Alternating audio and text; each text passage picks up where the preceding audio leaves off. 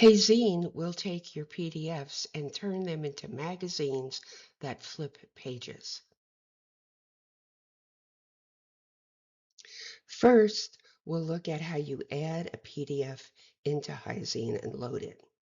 Then we'll take a look at what the magazine format looks like, page turning. They have other formats, books, cards. We'll focus on the magazine.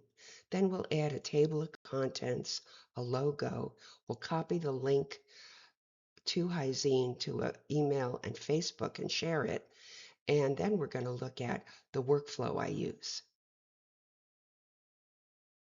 We are in the dashboard and we're going to add a new document, a new PDF. You can create your PDF starting from Microsoft Word, PowerPoint, a variety of other applications. Once you create it, you're going to save it as a PDF. Only PDFs can be added. So you click on the new PDF.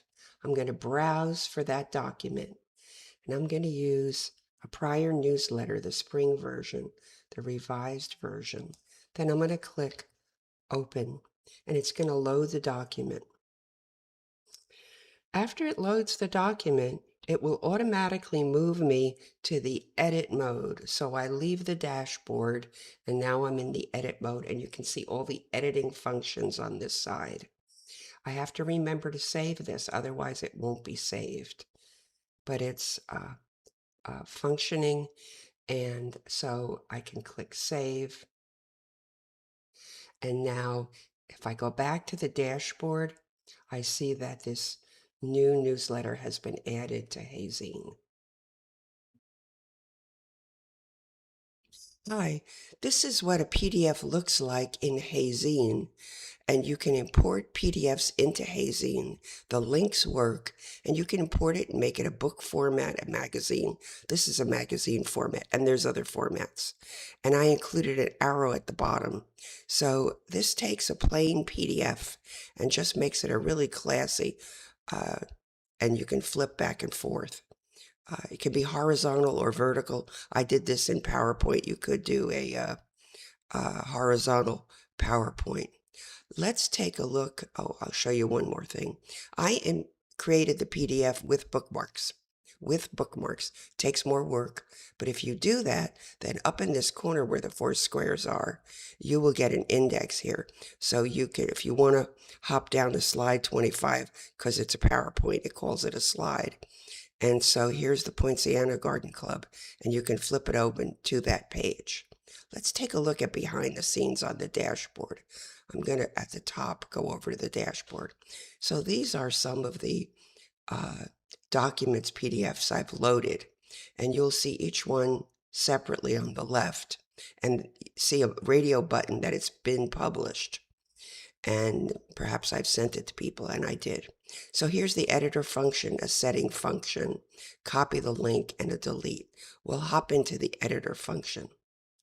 So in the editor function, this is called the title. And so you can put a longer title, lots of description. There's page effects. You can put sound when you turn the page, and other features. The background, you have a variety of things you can select for a background.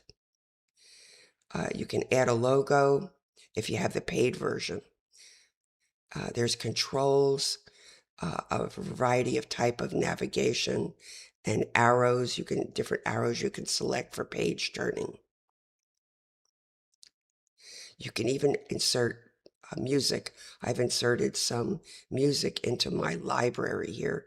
This particular document doesn't have any music, but if you have some music, you can insert it. Password protected. The feature I like best is replace PDF.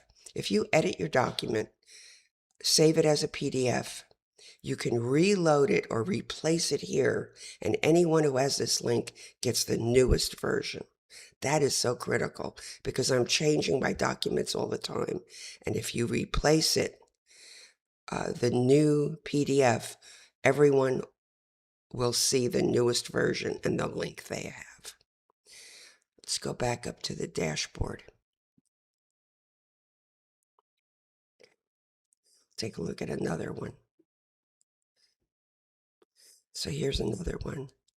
This is for my garden club. You can see it's just a beautiful rendition of a PDF. I hope you'd enjoyed this little visit. I'd like to show you a quick way, if you did not build bookmarks into your PDF of your original document, how to put a quick table of contents in.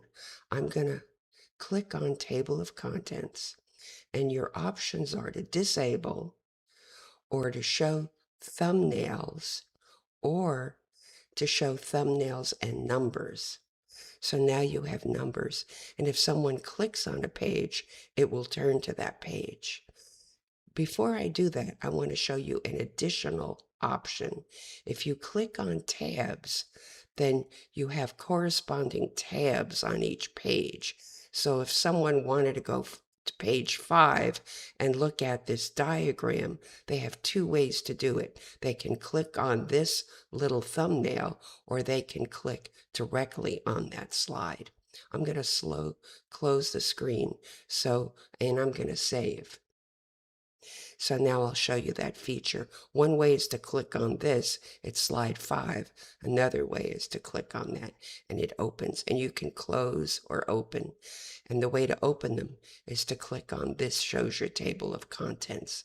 So that's a quick way, and it's a lot faster than adding bookmarks to the actual PDF. So let's show those again. So you can scroll down, and if someone wants to look at the very last page, then that's how they go there. Or they can go directly to let's go to the top,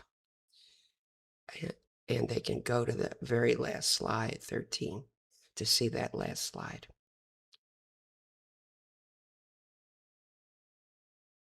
Let me demonstrate how you add a logo. Adding a logo is available in the paid version, which right now is $45 annually. So I'm going to click on Logo. This is my library of logos. The one I want is not here, so I need to add a logo. So I'm going to click Browse File, and this is my Garden Club logos, and I'm going to choose this one. I'm going to click Open at the bottom. Now it's loaded into my library, and it retains these. You can delete them. But I'm going to select this particular logo. I'm going to click Select. And now I have a choice. Do I want large, medium, small, tiny? I'm going to leave it large. I also have a choice of bottom, top, left, and right. And I'm going to choose top left. So it should be positioned now as a large size, top left, and I'm going to close, and there's the logo. I'm then going to click Save. So now the next time anyone with this link goes into this PDF flipbook, they will now see this logo here. So what's beautiful about Heyzine is when you add a logo or you replace with a new PDF, anyone who has the link automatically gets the updated version. Let's go to the dashboard, and we'll click on it to see if the link's still there, and it is. I can open it in a new tab, and that logo is retained. If you're in the dashboard and you want to finish with the document, you've saved it, and you want to copy the link, one way to copy the link is right from the dashboard. You copy that link, and let's, for example, put it to an email. So I'm going to bring up email,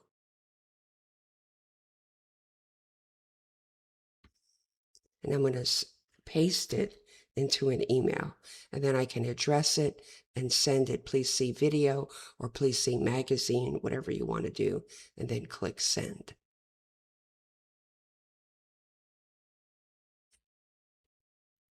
We're in the dashboard, and we just looked at how you can copy a link right from the dashboard. You can also copy a link when you're in the editor mode.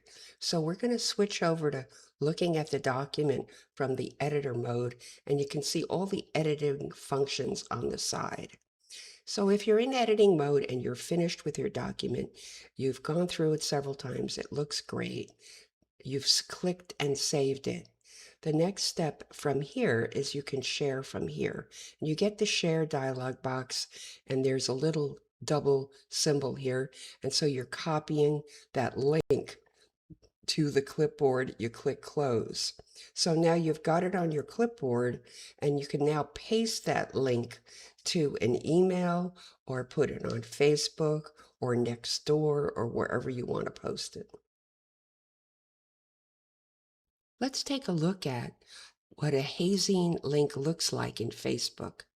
So here I put a little text, and this is the Heyzine link to this PDF document.